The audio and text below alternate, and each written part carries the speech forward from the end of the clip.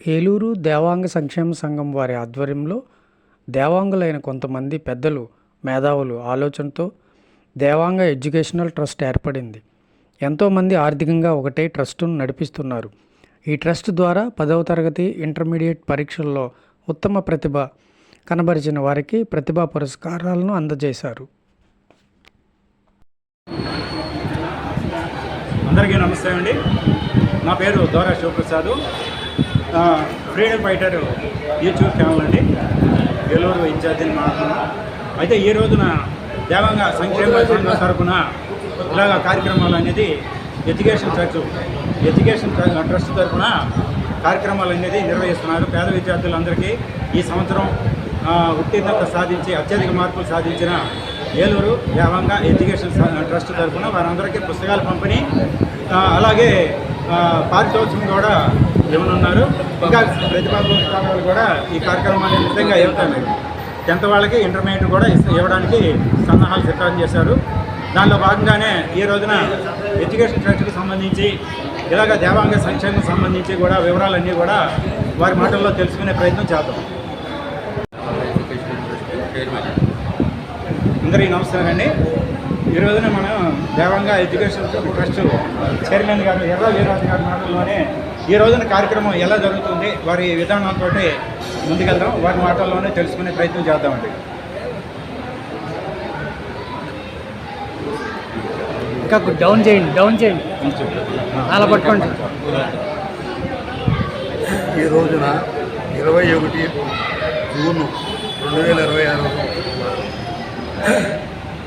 శ్రీ బాలా త్రిపుర సుందరి స్వామి ధ్యాన మండపం ఆవరణలో ఏలూరు దేవాంగ ఎడ్యుకేషన్ ట్రస్ట్ ద్వారా బాలబాలికలకు ఉన్నత చదువులు 10th, ఇంటర్మీడియట్ వగైరా చదువుల్లో బాగా నైపుణ్యత సంపాదించిన, మార్కులు ఎక్కువ వచ్చిన వారికి ఆర్థిక సహాయంగా ధన సహాయం చేయడం జరుగుతోంది. మా ట్రస్టు 2018వ సంవత్సరంలో రిజిస్టర్ చేశాం. ఏలూరు దేవాంగ సంక్షేమ సంఘం వారి ఆధ్వర్యంలో ఈ దేవాంగ ట్రస్ట్ అనేది, ఎడ్యుకేషన్ ట్రస్ట్ అనేది మేము రిజిస్టర్ చేశాం. అప్పటి నుంచి ప్రతి సంవత్సరం కూడా పిల్లలకి పాఠ్యపుస్తకాలు ధన రూపేణా కూడా 10th వాళ్ళకి, ఇంటర్మీడియట్ వాళ్ళకి ధన సహాయం కూడా జరుగుతుంది.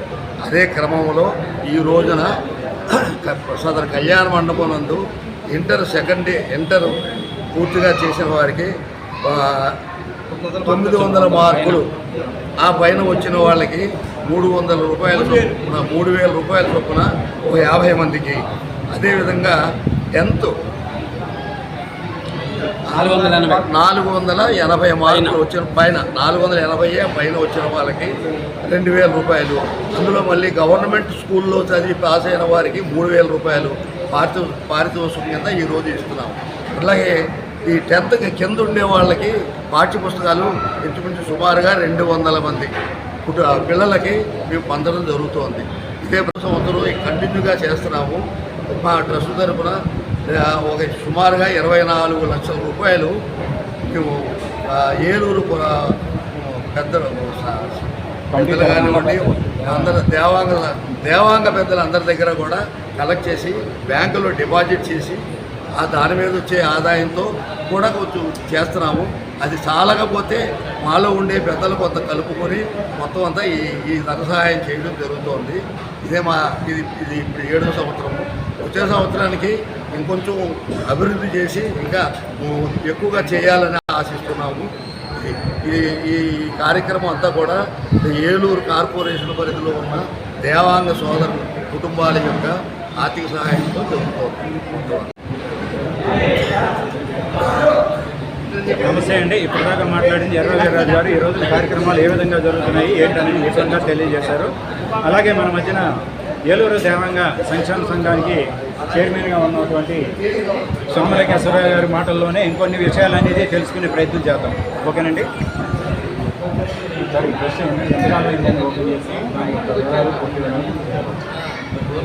ఏలూరులో దేవాంగులు అనేవాళ్ళు సుమారుగా 30,000 మంది ఉన్నారు. కానీ వీళ్ళకి ఎటువంటి గవర్నమెంట్ మీద కూడా సదుపాయాలు ఇవ్వాలి కానీ ప్రయత్నం చేసేవాడు కానీ లేదు.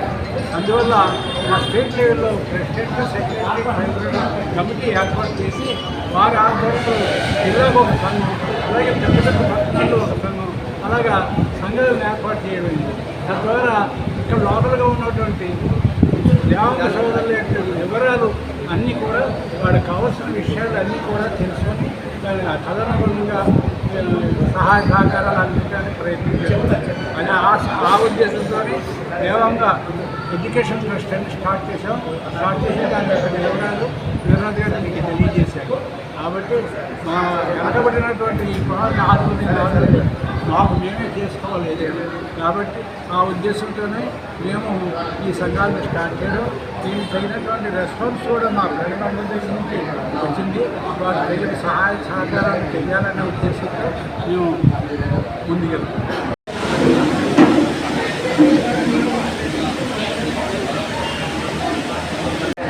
ఈనాడు ఈ ఉత్సవం చేసుకోవడానికి ముఖ్య కారణం మీరందరూ. మీరు ఇచ్చిన ధనంతోనే, ధన సహాయంతోనే, మీరు ఇచ్చిన సహకారంతోనే ఈ కార్యక్రమం చక్కగా నిర్వర్తిస్తున్నాం. అందుకు మీ అందరికీ ధన్యవాదాలు. ముఖ్యంగా ఒక 10-15 ఏళ్ళ క్రితం అంటే దేవాంగ అంటే ఏమిటో తెలియని పరిస్థితి. ఎవరు జనం ఆ ఊళ్ళో గుర్తులు లేకుండా పోయింది. ఈరోజు ఏళ్ళలో 20,000 మంది దేవాంగులు ఉన్నా కూడా ఒక గుర్తులు పంటూ లేదు. ఆ గుర్తులు తీసుకొచ్చింది ఈనాటి ఈ దేవాంగ సంఘమే. దీనికి మన స్టేట్ బాడీ ఉంది. స్టేట్ బాడీ మీద ఒక 15 ఏళ్ళ క్రితం నుంచి దాని మీద పోరాడి అన్ని జిల్లాల్లో కవర్ చేస్తూ, అన్ని జిల్లాలో వాళ్ళు రిప్రజెంట్ చేస్తూ ఒక సంఘం అందరూ ఏర్పాటు చేద్దాం. ఆ సంఘంలో అప్పుడు చంద్రాయుడు గారు ప్రెసిడెంట్ గాను కోరిక ప్రార్థిస్తున్నాను.